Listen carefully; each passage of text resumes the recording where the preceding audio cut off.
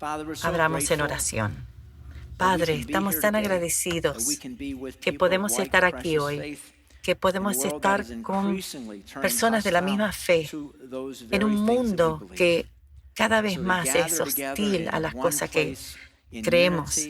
Y estamos en un solo lugar, en unidad del Espíritu, para adorarte, alabarte, cantar tus alabanzas. Padre, es un honor. Y en este mundo, el honor que muchas personas no pueden disfrutar. Seamos sensibles, Señor, esta mañana al hablar de los niños, el tesoro real de esta iglesia. Ayúdanos a ser impactados por el rol que nosotros jugamos como iglesia en la vida de nuestros niños. Y pedimos por el ministerio de niños que está llevándose a cabo ahora mismo. Bendice a esos niños al aprender de un Jesús que les ama.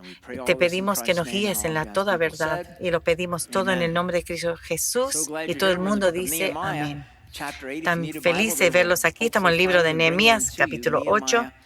Si necesitas una Biblia, levanta la mano y te llevan una. Nehemías capítulo 7. Una maestra de la escuela pública le pidió a una alumna de primer grado, María, que vaya al mapa del mundo ahí al frente y encuentre Norteamérica. María se acercó, señaló el mapa y dijo, aquí está. La maestra dice, correcto. Ahora, clase, ¿quién descubrió América? La clase respondió a una voz, María. Bueno, mi esposa me hizo una cara. No era María. Oh, Cristóbal Colón. Bueno, saber dónde está Norteamérica está bien e importante, pero ¿cuántos niños hoy en América nunca han visto este libro? O han visto este libro, pero no lo han visto abierto. ¿Cuántos niños? En la lección de hoy veremos que en el judaísmo no solo ellos enseñan la Biblia a los niños, pero se dan cuenta que sin enseñar esta palabra a sus hijos, sus comunidades son indefensos y están en problemas. Entonces comencemos. Si son nuevos aquí, un poco de trasfondo. En el 586 a.C., Nabucodonosor destruye Jerusalén, quema el templo y saca a los judíos en cautividad a Babilonia. Años después, Zorobabel vuelve y reconstruye el templo. Y después de reconstruir el templo, la muralla todavía no está edificada. Un joven en Babilonia que sirve al rey de Persia descubre que el muro estaba derribado y Dios puso una carga en su corazón para ir a reconstruir el muro y tiene permiso del rey para volver. Tiene un plan y tiene voluntarios y comienza el trabajo de reconstrucción. Y hoy donde estamos es que la muralla acaba de completarse después de 52 días. Nehemías 6:15. Así que el 12 de octubre, a los 52 días después de comenzar la obra, se terminó la muralla. Vimos eso la semana pasada, pero ahora la presión ha mermado para Nehemías y tiene un poco de tiempo para mirar las cosas y decide hacer un censo de los judíos en Jerusalén y los pueblos aledaños, y lo dice en Nehemías 7:5. Entonces mi Dios me dio la idea de reunir a todos los nobles y dirigentes de la ciudad junto con los ciudadanos comunes para que se registraran. Yo había encontrado el registro genealógico de los primeros que habían regresado a Judá. Allí estaba escrito en lo siguiente. Dos puntos. Entonces, versos 6 al 69, Nehemías hace prácticamente una copia textual del reporte de Ezra de los judíos que habían regresado 93 años antes. Entonces, Nehemías 7, 6 a 69, 63 versículos, más o menos 98 a 99% que se encuentra en Nehemías 7 se encuentra en Nehemías 7. 63 versículos en Nehemías y 67 en Ezra. Y este fue un censo que hizo Ezra de las personas que habían regresado con Zorobabel en el 538 a.C. Y ahora en capítulo 7, Nehemías data del 445 a.C., o sea, 93 años después del primer censo. Entonces me preguntaba, porque nunca habíamos visto esto, cuánto podía crecer la comunidad judía, Jerusalén y las ciudades aledañas, cuál habría sido su crecimiento en 93 años. Lo busqué. Y si hubiera tenido como promedio 5.6 hijos cada mujer, eso nos daría por año 3% de crecimiento en la población en 93 años. Entonces, 50,000 personas y sumamos 3% cada año por 93 años, suma 782,000 personas. No sabemos si era tan grande, pero era mucho más grande que los 50,000 que había vuelto a 93 años antes. Ahora, ¿eso cambia tu idea de cómo se podría haber terminado ese muro enorme en 52 días? Un dato interesante, Nehemías 7:68, si podemos mirarlo. Me perdí de un versículo aquí. Llevaron consigo 730, o sea, además de los sirvientes, 736 caballos, 243 mulas, 435 camellos y 6,720 burros. Escuchen de nuevo, 736 caballos, 245 mulas, 435 camellos y 6,720 burros. Ahora, nos encontramos con estos animales en toda la Biblia, en el Antiguo y Nuevo Testamento. Jesús entró a Jerusalén montado sobre ¿qué? Un burro. Y nunca hicimos esto en los 20 años que he enseñado. Entonces, veamos estos carros y camiones de la época. Primero los caballos. El primer animal enumerado. Los caballos eran usados principalmente como animales de remolque. Eran usados para tirar equipo o carros de guerra. Ronnie Simon, el agente de viajes, dijo que los caballos no eran montados por la gente en general en el Antiguo Testamento porque sus espaldas no eran todavía lo suficientemente fuertes para sostener el peso de un hombre. Y hay apoyo para esto. La más temprana referencia o relato de alguien montando a caballo está en el 1580 a.C., como 500 años antes del rey David.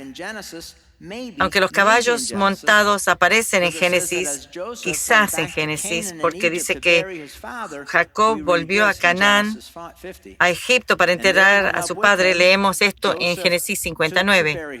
Y gran cantidad de carros de guerra con sus conductores acompañaron a José. Entonces, no sabemos de seguro. Segundo, había mulas, conocidos por ser obstinados, pero no tanto como los burros. Pero es interesante, 245 mulas versus 6,720 burros, casi 30 veces más burros que mulas. 30 veces. La mula es la cruza de una yegua y un burro macho. Y tiene muchas de las apariencia de caballo. Una de las razones que los burros superan a las mulas 30-1 era porque los judíos tenían prohibido cruzar caballos y mulas bajo la ley mosaica. Levítico 19:19. Deberás obedecer mis secretos. No cruces dos animales de diferente especie. Aunque los judíos podían comprar mulas, no podían estar involucrados en la reproducción de ellos. Y parece, por varios pasajes del Antiguo Testamento, que las mulas eran el vehículo de hombres ricos más que los burros. Aquí hay un ejemplo donde Absalón huía y se le agarró el cabello en una rama. Dice que estaba montado en una mula. Segunda Samuel 13 dice que todos los hijos de David montaban mulas. Y Dice, por lo tanto, cuando Absalón vio la señal, mataron a Amnón. Enseguida los otros hijos del rey montaron sus mulas y huyeron. Entonces los hijos del rey montaban mulas, pero también el rey. En Primera Reyes 1, Salomón, el hijo de David, y David quería hacerle saber a la gente que él iba a ser el próximo rey. Dice así, lleven a Salomón, para probar esto, ¿no? Lleven a Salomón y a mis funcionarios hasta el manantial de Gihón. Salomón irá montado en mi mula, su mula personal. Entonces los reyes montaban mulas. Entonces si un burro era una F-150, una mula era un Rolls Royce, digamos. Era el vehículo de lujo. Montaban los reyes.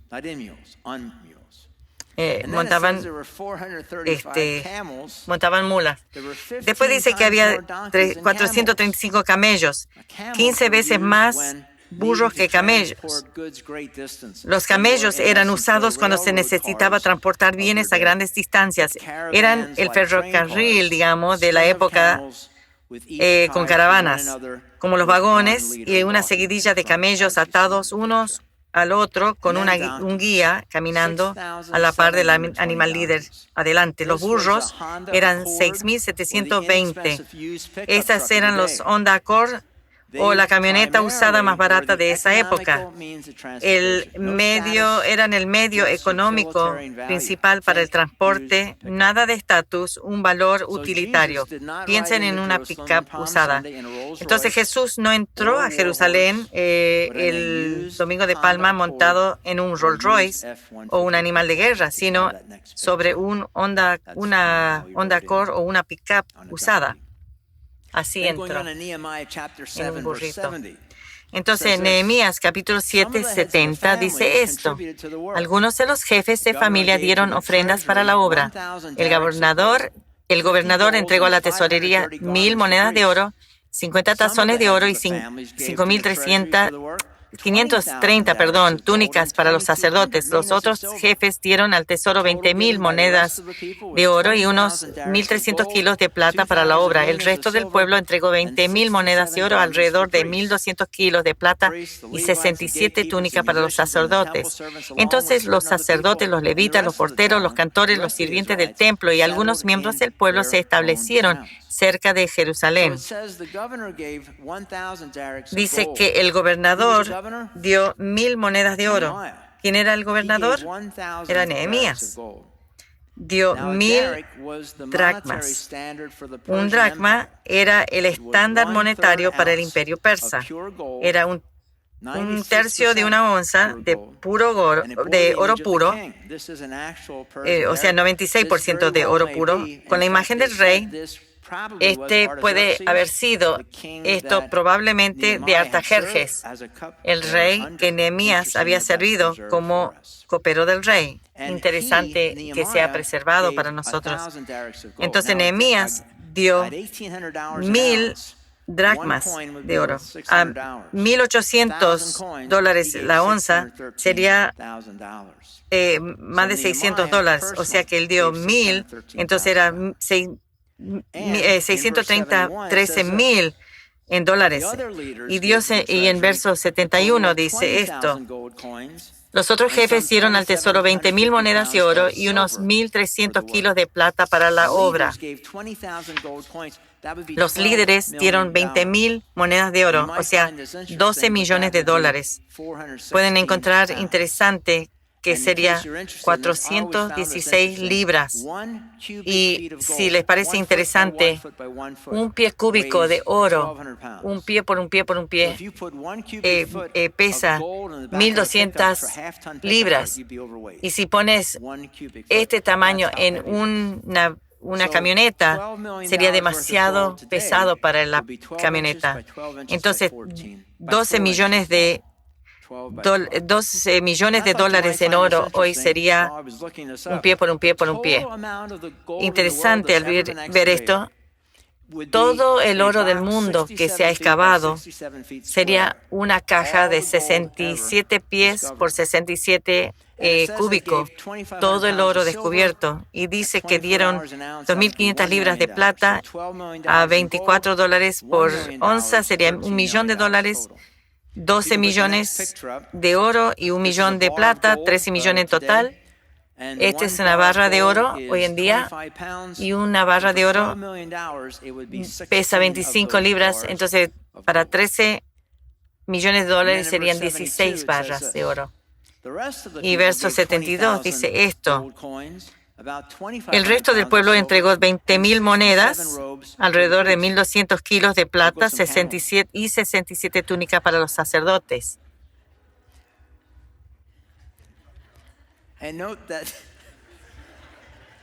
Y nota y noten que toda la población igualaron lo que los líderes dieron, o sea, 20.000 monedas de oro. Bueno, el pueblo dio $13.000 total, entonces $27.000 en total. ¿Se imaginan lo que se puede comprar? Bueno, este es un avión de guerra, vale 30 millones de dólares, así que uno podría comprar uno de esos. Y también dice que dieron túnicas para los sacerdotes. Verso 70 dice que Nehemías dio 530 túnicas. La ropa era muy cara en esos días. Era mucho dinero. Nadie puede decidir cuánto valía, pero era mucho. Y el pueblo después dio adicionalmente 67 túnicas. Nehemías 530 y el pueblo 67 túnicas adicionales. Y después, verso 73, dice, entonces los sacerdotes, los levitas, los porteros, los cantores, los sirvientes del templo y algunos miembros del pueblo se establecieron cerca de Jerusalén. El resto de la gente regresó a sus respectivas ciudades por todo el territorio de Israel. Entonces, el muro ya estaba terminado. Y quizás se pregunta, ¿por qué tengo ese cuadro ahí? Bueno, el pueblo de las ciudades de alrededor que se habían mudado a Jerusalén para trabajar en el muro durante 52 días, finalmente podían irse a casa. Recuerden, no se habían cambiado de ropa durante los 52 días. Podían ir a casa ahora, bañarse, lavar su ropa y seguir con sus vidas. Pero una semana después, Nehemías los llama de nuevo. Capítulo 7, 73. Venido el mes, dice, voy a leerlo todo. Es una historia larga. Yo lo voy a explicar. Algunas Biblias ponen el versículo en el otro capítulo y por eso es que saca esto acá. Pero en otras Biblias va al otro y juntándose todo el pueblo al otro capítulo, perdón. Como uno solo hombre en la plaza que estaba delante de la puerta de las aguas, dijeron a Esdras, el escriba, le pidieron a Esdras, el escriba, que trajese el libro de la ley de Moisés, la cual mandó Jehová a Israel. Aquí el sacerdote Ezra aparece por primera vez en Nehemías. Y aunque ella había estado viviendo en Jerusalén 13 años antes de llegar Nehemías, primera vez que lo vemos. Y no hay duda que habrá ayudado a reedificar el muro. Entonces, en octubre 8 del 445 a.C., Nehemías llama a todo el pueblo a reunirse como una persona en la plaza justo dentro de la Puerta del Agua. ¿Por qué la Puerta del Agua? Podemos ver la ubicación arriba a la derecha y después muestra la Puerta del Agua y el Templo de Salomón justo dentro de la Puerta del Agua. Y después aquí vemos el Templo de Salomón justo ahí en el centro abajo. Y después aquí muestra cómo se podría haber visto ese lugar del templo adentro. Otra razón que tiene sentido es que el templo era donde se leía la palabra de Dios. Entonces, era donde era guardada. Entonces, tenía sentido que sea cerca del templo. Otra razón es que había una plaza grande frente al templo. Estos son las escalinatas del sur del templo y las puertas santas y esta zona de plataformas donde podría haberse reunido la gente. Aquí también está la idea.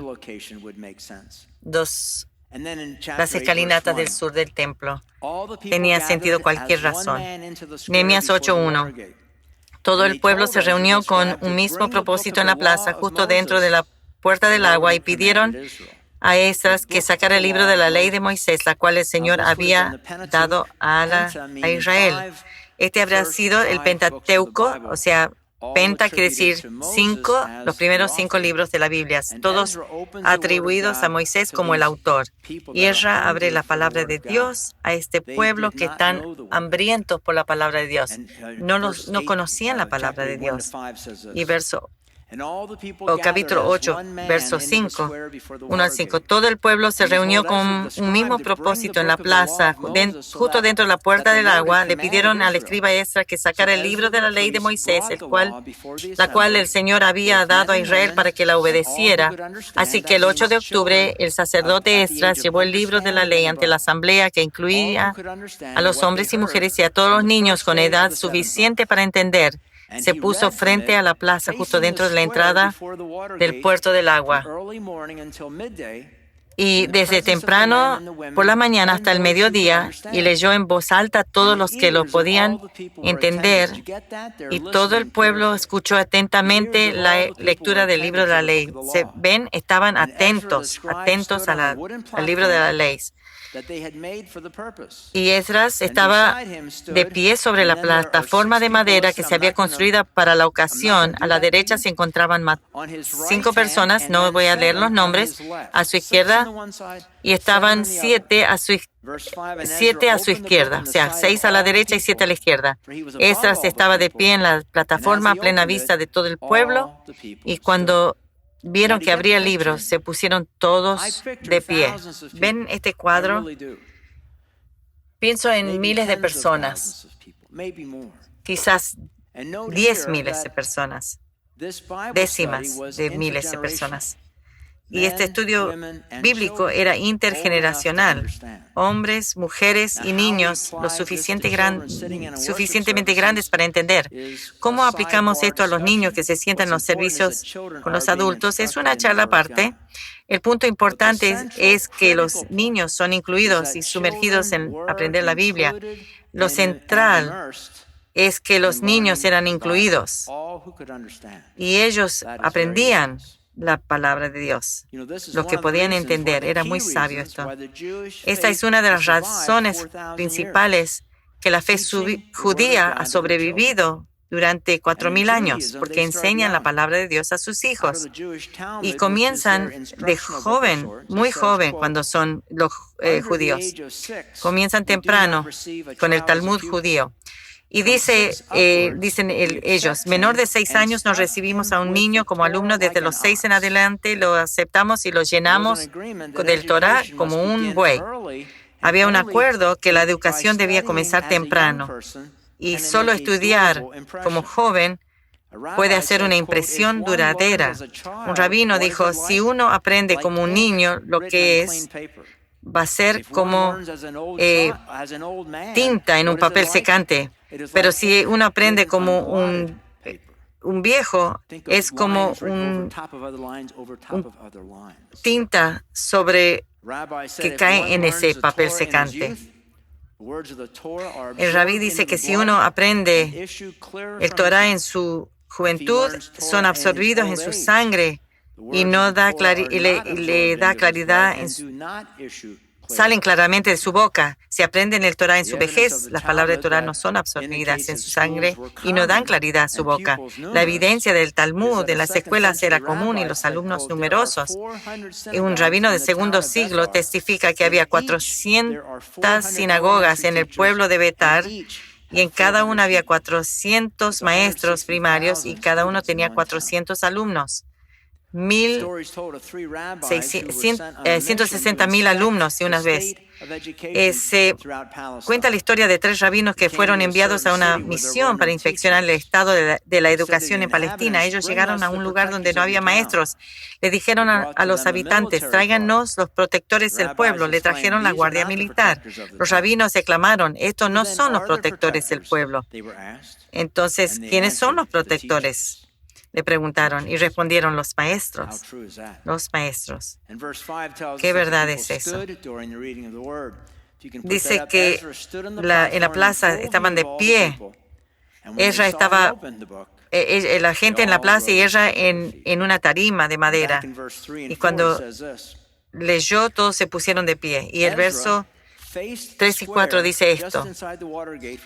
Se puso frente a la plaza, justo dentro de la entrada de la puerta del agua, desde temprano por la mañana hasta el mediodía, y leyó en voz alta a todos los que podían entender. Todo el pueblo escuchó atentamente la lectura del libro de la ley.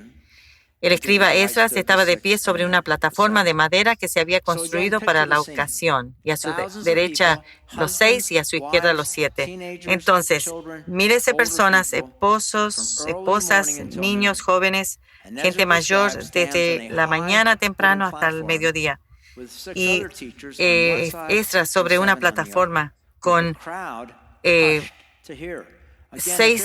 a su lado derecha y 7 a su lado izquierda. Entonces, ya había décimas de miles de personas, tenían que quedarse muy callados para poder escuchar. Calculé cuánto tiempo demoraría leer en voz alta los libros de Génesis, Éxodo, Levítico, Número y Deuteronomio. Eran 15 horas sin parar. Entonces, obviamente, no leyeron todo el Pentateuco. Y vamos a ver en otros capítulos que ellos se vuelven a reunir. Ahora, varios comentaristas tratan un enigma. Como dijimos, el evento ocurre, piensen esto, este evento ocurre 13 años después que Ezra había regresado a Israel. ¿Por qué le había tomado aparentemente 13 años para que Ezra proclame la palabra de Dios por primera vez al pueblo? Porque Ezra 7 habla de su llegada de esta manera. Esdras llegó a Jerusalén en agosto de ese año. Había hecho arreglos para partir de Babilonia el 8 de abril, el primer día del nuevo año, y llegó a Jerusalén el 4 de agosto, pues la bondadosa mano de Dios estaba sobre él. Así fue porque Esdras, escuchen, había decidido estudiar y obedecer la ley del Señor y enseñar sus decretos y ordenanzas al pueblo de Israel. Era su carga, su pasión, era su llamado. Sin embargo, parece que en los primeros 13 años lo había tenido adentro y no lo había compartido. ¿Por qué? ¿Por qué eso sería? Bueno, había varias opiniones sobre esto. Número 1, algunos dicen que Ezra había tratado de encontrar una oportunidad para cumplir el propósito de su venida a Jerusalén, pero por el ataque constante del enemigo a la ciudad, sus esfuerzos fueron detenidos. Recuerden, cuando abrimos el libro de Nehemías, decía que una de las razones que tenía tanta carga Nehemías era que la ciudad estaba bajo ataque constante del enemigo. Así que puede ser posible. Otros estudiosos dicen que el capítulo 8 de Nehemías está fuera de lugar y debería estar en el libro de Ezra después del capítulo 10. Ahora, antes de decir que eso es una herejía, recuerda, hay evidencia que en el judaísmo temprano estos dos libros eran uno y se llamaban en conjunto Ezra. Si ese es el caso, entonces capítulo 8 de Nehemías, estando fuera del lugar, no es tan difícil de entender, porque era solo un libro antes. Como muchos aspectos de la Biblia, la secuencia del evento no es tan importante. El evento mismo es la clave. Y los judíos escribían contando una historia, después volvían atrás, volvían a contarlo de nuevo, volvían atrás. Entonces no estaría tan fuera de lugar en la secuencia. Entonces, ¿cómo se aplica la lección de hoy a mí? Padres, ¿están ustedes comprometidos a que sus hijos estén en la escuela dominical todos los domingos, en la escuela bíblica de vacaciones, en el programa de jóvenes. Si tu hijo tiene entre 6 a 24 años, son de la generación Z. La generación Z es la primera que es completamente digital. No dependen de la palabra impresa ni la tinta. Estos ven la verdad como subjetiva, fluida. La verdad depende de la circunstancia. ¿Saben por qué ahora necesitan estar en la iglesia? Siente pánico la generación Z si se separa de su teléfono inteligente. Siente mucha soledad a pesar de su conexión las 24/7 con las plataformas sociales. Y la generación Z le importa muchísimo su popularidad por Internet, online.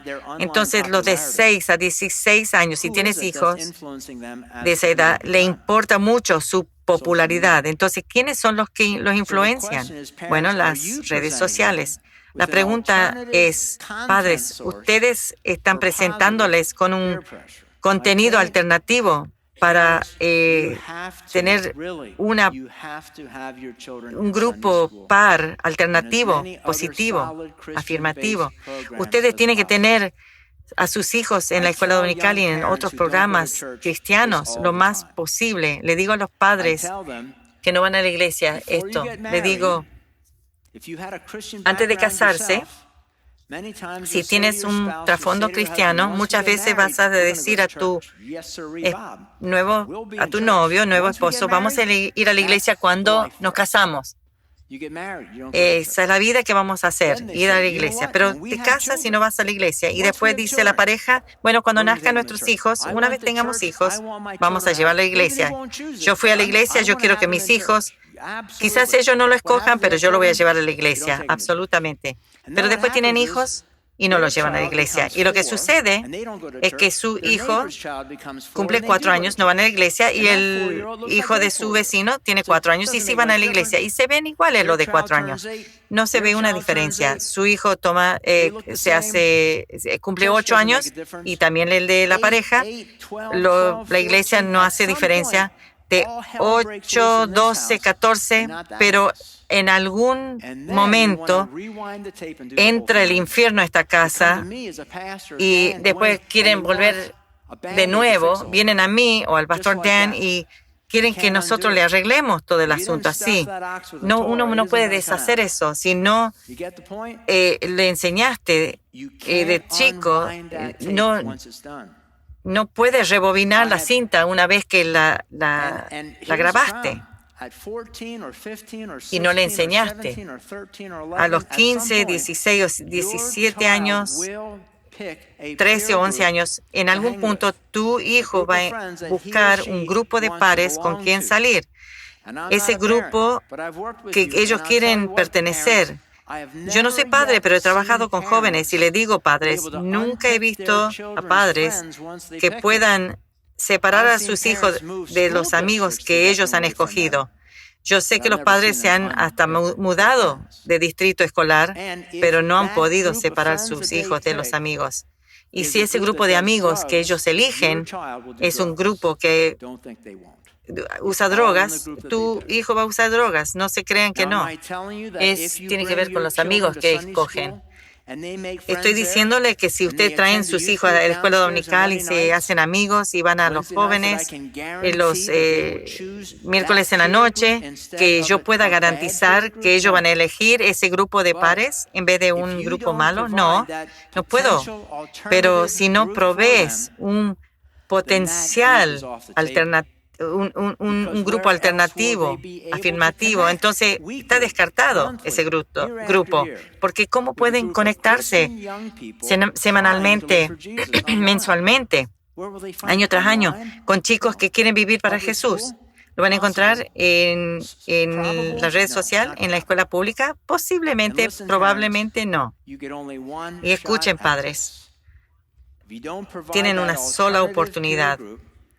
Si no dan ese grupo alternativo y ellos escogen los amigos equivocados y empiezan a hacer drogas y otras cosas, ustedes no pueden rebobinar la cinta y darle la opción de una diferente y mejor grupo de pares. ya la suerte ha sido echada. ¿A qué edad aceptaste a Cristo? 6 o menor, 15%. 7 a 11, 32%. 12 a 19, 36%. Es un 86% bajo de los 19 años. 84, perdón, por ciento. Esa edad crítica importante. Y una cosa más. Con la pandemia ya acabándose, los padres que ven esto en casa, si tú te criaste en la iglesia, en la escuela dominical, tú tienes un cariño a la iglesia y tienes recuerdos de tu tiempo en la escuela dominical. Pero si te quedas en casa, lejos de la iglesia, y hay razones válidas, puede ser la salud, lo entiendo, pero si sus hijos están en la escuela pública regularmente, pero no los traes a la escuela dominical, piensa en el costo. ¿Qué escuela debería ser una prioridad? ¿Y qué creen?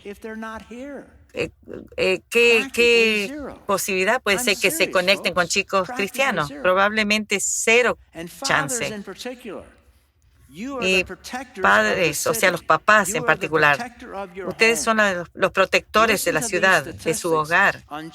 Escuchen estas estadísticas de los chicos que van a asistir a la iglesia como adultos.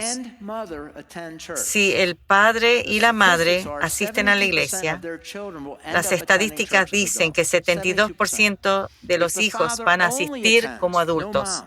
Si el padre asiste sin la madre, solo el padre asiste, 55% de esos niños van a asistir a la iglesia como adultos. Si solo la madre sin el padre asiste, va de 55% a 15%. 15%. Entonces, cuando el padre dice, voy a dejar que mi esposa lleve a los chicos a la iglesia porque no me interesa, tú ya le diste la posibilidad a menos de la mitad de 55 a 15% si no va el padre. Y si ninguno va al padre a la iglesia, ¿cuál es la probabilidad? ¿Qué lo va a llevar a la iglesia? Si es 15% que va solamente la madre, si nadie va a la iglesia, ¿qué porcentaje sería? Amigos, tienen que llevar a sus hijos a la iglesia, especialmente con el mundo en que vivimos. Entonces, al cerrar, padres, sepan esto, que si tú no llevas a tus hijos a la escuela dominical o a otros programas basados en el cristianismo, no sé cómo puedan evitar llegar a ser un espejo de los medios sociales, lo que los medios sociales le dicen que sean, o sea, lo que deben creer o ser. Y tu rol principal como padre, especialmente en este clima, es enseñarle tu rol como padre a mantenerse parado por sí solo. Mientras los medios sociales le piden a gritos y los amigos le confirman que se deben ver como esto, actuar como esto, pensar como esto, o si no se van a quedar solos. Y no quieres estar solo, entonces actúa como nosotros. Tu rol es enseñarles cómo estar parados por sí solos. Quiero hacerle una pregunta y quiero una respuesta honesta. ¿Cuántos de ustedes quieren hacer una diferencia en este mundo por la eternidad? Gracias por su respuesta. George Barnes dijo esto: lo que cree un niño hasta los 13 años, mayormente van a morir creyendo esto. O sea, lo que creen hasta la edad de los 13 años. ¿Saben lo importante que es que se les enseñe a los niños la palabra de Dios y se les enseñe de Jesús? Porque lo que ellos creen hasta los 13 años, con eso van a morir creyendo. Y 84% de las personas aceptan a Cristo antes de los 19 años. ¿Quieres ganar a los perdidos? ¿Te sientes culpable por no compartir más con las personas que no has guiado más al Señor? ¿Quieres hacer evangelismo, pero no has podido hacerlo? ¿Quieres ver que las personas lleguen a Cristo? Conozcan a Cristo. Miren este esquema. Van a ver dónde están los campos blancos para la cosecha. Los menores de 19 años.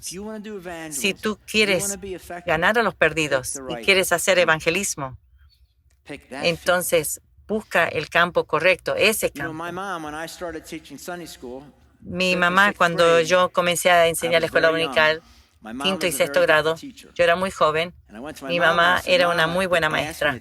Y fui a mi maestra y le dije, me pidieron enseñar quinto y sexto grado. ¿Qué hago? No sé qué hacer. Se sonrió y dijo, Tom, lo más importante es que estos muchachos y estas niñas nunca han visto a un hombre que ama a Jesús.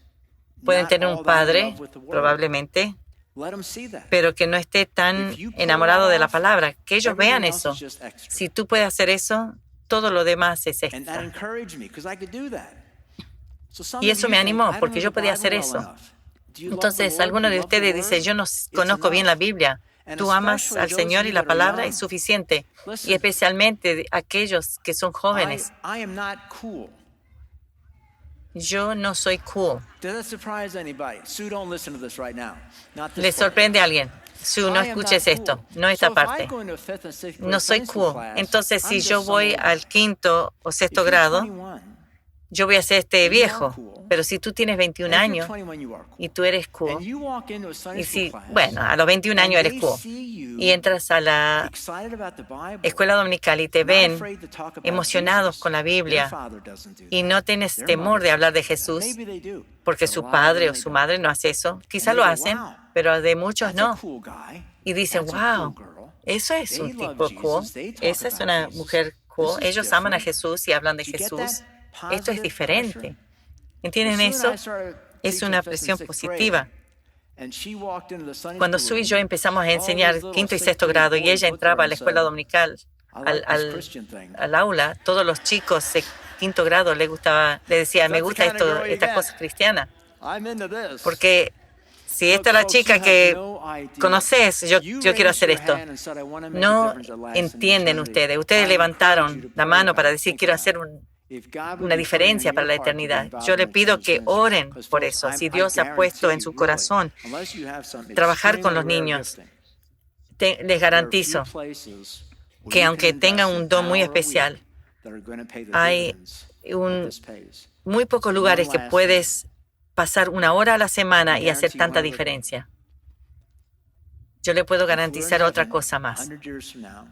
Si estamos en el cielo de aquí a 100 años y tú miras lo que está sucediendo en esta cultura, si es que está intacta esta cultura todavía, y tú ves lo que esos niños que están en esos cuartos están pasando, tú vas a desear haber prestado más atención a su desarrollo espiritual, porque ellos van a enfrentar las cosas muy duras, van a enfrentarlo. Cerremos en oración. Padre, gracias por la verdad de tu palabra. Y Señor, no todo aquí es maestro o ayudante. No sé qué puede descalificarlos de ser uno de ellos, pero quizás no todos. Pero ciertamente hay personas que son.